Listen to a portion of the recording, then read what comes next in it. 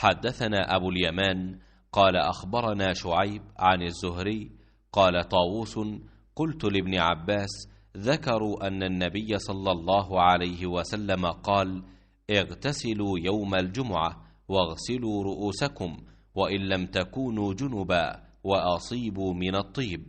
قال ابن عباس أما الغسل فنعم وأما الطيب فلا أدري.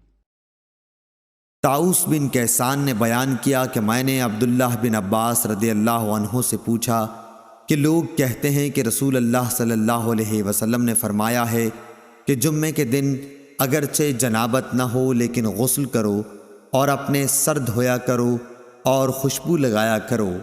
इब्न अब्बास रदियल्लाहु अन्हु ने कहा कि गुस्ल का हुक्म तो ठीक है लेकिन खुशबू के मुताल्लिक़ मुझे इल्म नहीं।